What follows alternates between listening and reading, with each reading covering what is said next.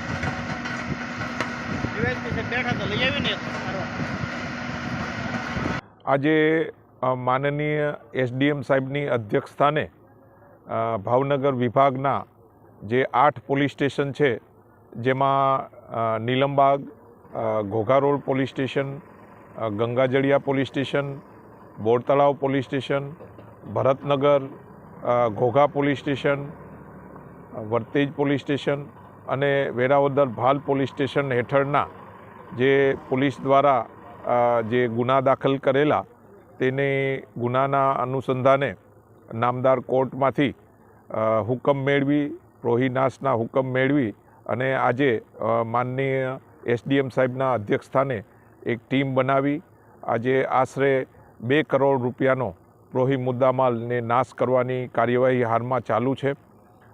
જેમાં 1 કરોડ અને 90 લાખ જેટલો જે છે પ્રોહીનો જે દારૂનો જથ્થો અને 10 લાખ કિંમતનો બિયરનો જથ્થાનો નાશની હાલમાં કાર્યવાહી વર્તેજ પોલીસ સ્ટેશનના નવાગામ વિસ્તારમાં હાલમાં ચાલુ રહી છે અને ચુસ્ત પોલીસ બંદોબસ્ત હેઠળ આ કાર્યવાહી હાલમાં ચાલુ છે।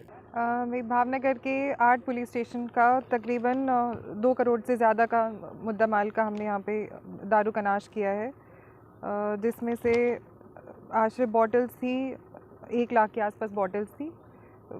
पुलिस बंदोबस्त के साथ हम यहाँ सुबह 9:30 बजे से हाजिर हैं और व्यवस्थित तरीके से सारी टीम ने काम किया है और ये 2 रोलर्स लगे हुए हैं।